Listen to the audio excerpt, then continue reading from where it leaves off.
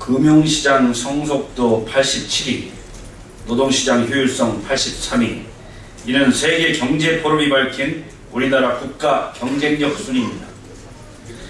금융개혁과 노동개혁의 시급함을 알리는 참담한 성적표입니다. 우리 경제를 가리키는 각종 지표도 연일 빨간 경고등을 켜고 있는 상황입니다. 국가 위기 상황을 타파하는 마중물 역할을 할 4대 개혁의 완성이 시급합니다. 특히 낡고 모신적인 제도와 관행이 자리잡고 있는 금융 시스템 전반의 경쟁과 혁신의 바람을 불어 넣어야 합니다.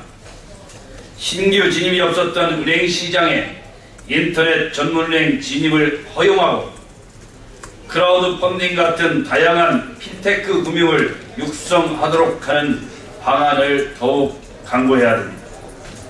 아울러 어렵게 도달한 노사정 대타의 불씨를 살려 노동개혁의 완수를 이루는 것도 필요합니다.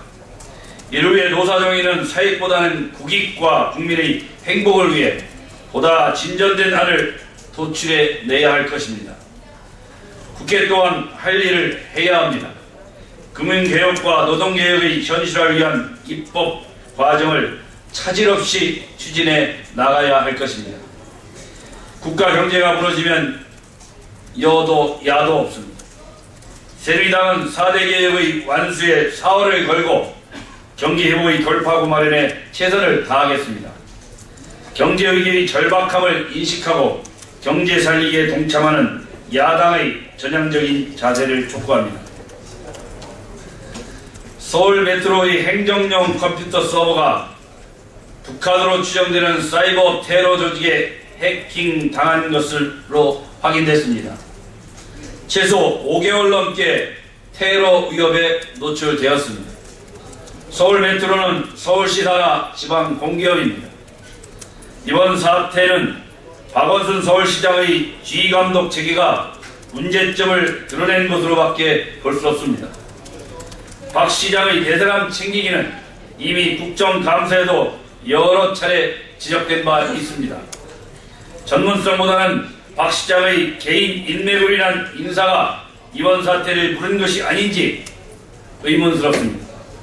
박 시장은 지난번 메르스 사태를 가지고 준전시 상황으로 판단한다고 언급한 적이 있습니다. 5개월 넘게 시민의 안전을 담보로 북한에게 지하철 운행권을 넘겨준 것과 다름없는 이번 사태야말로 전시 상황입니다. 시민의 안전을 생각한다는 박 시장은 그동안 어떻게 시민의 안전을 생각하고 관리했다는 것인지 대답해야 할 것입니다. 서울 메트로는 1000만 시민의 발입니다. 해커들이 장악한 서버와 해킹한 정보를 무기삼아 테러에 나섰다면 대형 사고로까지 이어질 수 있는 끔찍한 일입니다. 서울 메트로 측은 이번 해킹이 열차 운행과 관련된 시스템에는 문제가 없었다고 해명하고 있으나 시민들의 불안감은 클 수밖에 없습니다.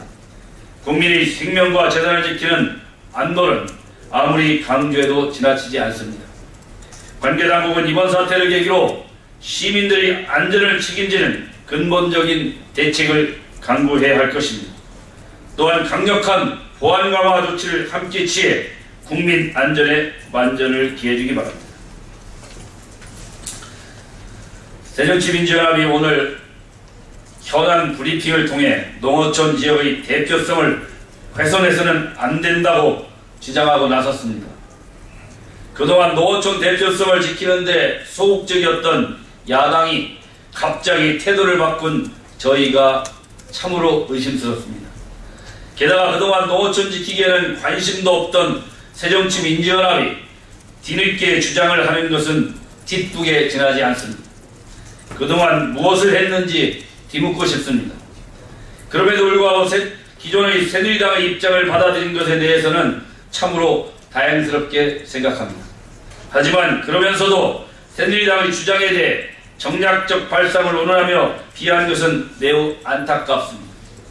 다시 한번 말씀드리지만 현재 국회의원 정수와 비례대표 의석을 유지하며 헌재의 판결도 존중하고 농어촌 대표 수성을 동시에 살릴 수 있는 방안은 물리적으로 불가능합니다. 새정치민주연합은 새누리당을 비난하기 전에 농어촌 지역의 대표성 확보를 위한 현실적인 방안이 무엇인지 새정치민주연합의 입장을 밝혀야 합니다. 결국 국회의원 정수를 살짝 늘리자는 꼼수를 부리기 위해 앞뒤가 맞지 않는 주장을 펼치고 있는 것은 아닌지 의심스럽습니다. 새정치민주연합은 더 이상 대안도 없는 궁색한 병명으로 국민을 호도하지 않기를 바랍니다.